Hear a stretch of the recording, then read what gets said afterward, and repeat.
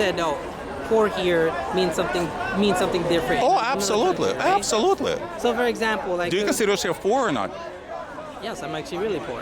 You consider yourself poor. Yeah. When I was in the USSR, and you're wearing jeans, for example. Yeah. The jeans in USSR was an unattainable dream. Yeah. Really. Backpacks that you're wearing didn't exist over there. Okay. Sneakers that you have over there, I remember. Oh, Nikes, by the way. Nikes are no, I'm sorry, not Nikes.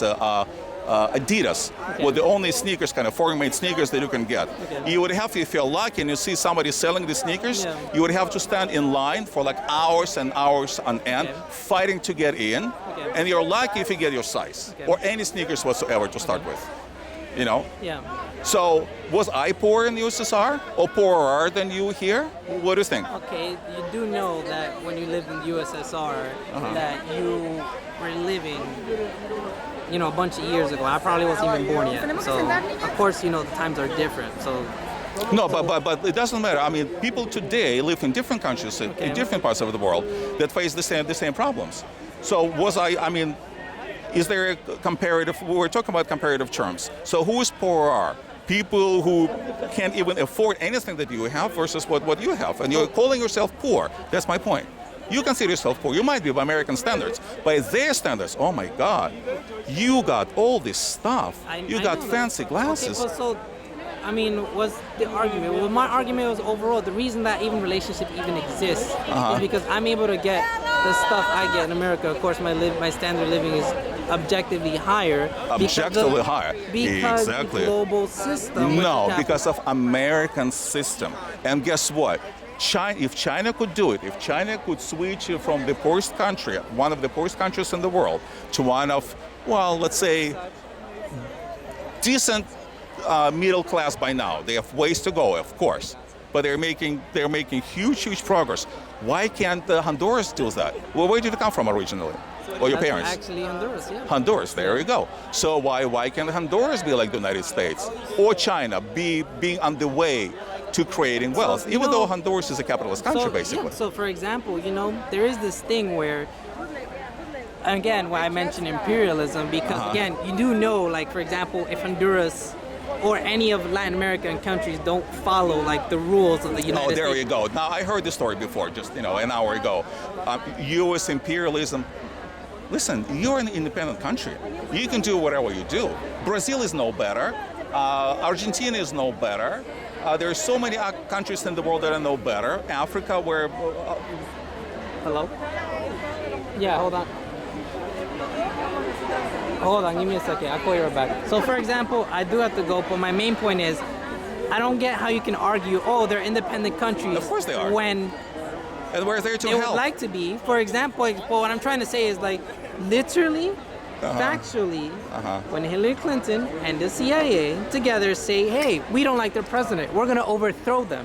We're going to get rid of Manuel Zelaya. And then he gets ousted out of governmentship and the country calls the This socialist guy, right? This communist guy, He's your not friend. a communist? He wasn't a communist. Socialist, whatever. He wasn't one of even a those guys. socialist. He just literally just argued to increase wages for garment workers. That's like, that doesn't make you a socialist.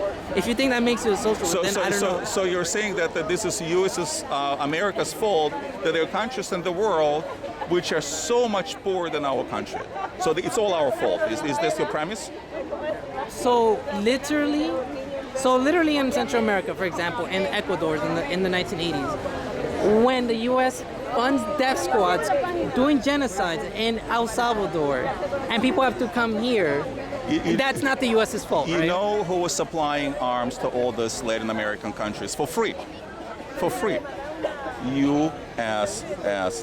Okay. Billions and billions and billions of dollars to support so-called revolutionary, what do they call it? I forgot. Like revolutionary movements.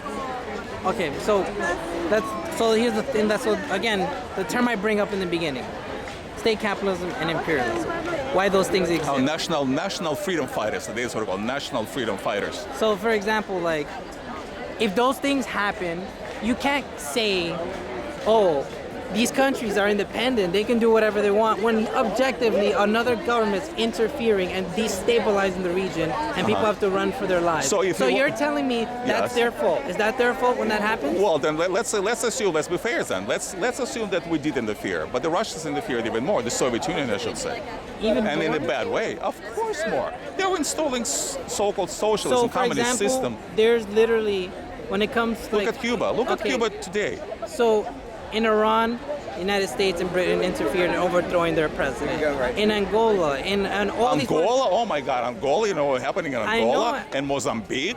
Don't tell me about Angola, So, for Mozambique. example, in South Africa when the apartheid existed, who was supporting that? The United States was supporting that. All these things, all this imperialist rivalry. So it's all our fault. This is all America's fault, right? It's so easy to blame others for your own failures. The failure is you guys. I came from USSR. You know why I don't like USSR where I came over here? Because you cannot change anything in USSR. Because that's the way people are over there. Russia is doomed. I see for my lifetime for sure, at least for that time frame, there'll be no improvement in Russia. There's no way, there's no chance. They have mineral resources, their human resources suck. People suck. Okay. So, when people are different, they create a different system. And it's in your hands to live a different life. Look at Chile. Okay, so if we talk about South America. I may have to end it here because... Sure. So basically, to summarize what you're saying, yes. At the end of the day, yes. When the U.S. and even in the USSR, when they're literally overthrowing governments, it's their fault. They're the failures. I'm just going to end it on that. So they are the failures. For example, when the United States installs Augusto Pinochet in Chile, that's their fault, not Chile's But who fault. was before Pinochet? Do you know who was before Pinochet? Allende.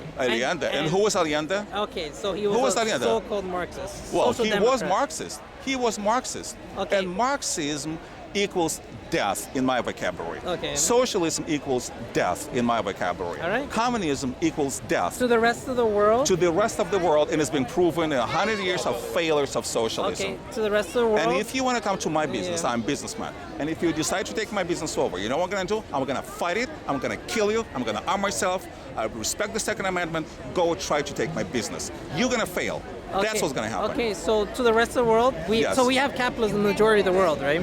No, we don't. We don't, right? We don't. Well, we don't, right? Yes and no. Yes and no. So we have capitalism in the majority of the world, and basically half of the planet is in abject poverty, and that's a success. Hooray. All right. Good day. Stop deportation!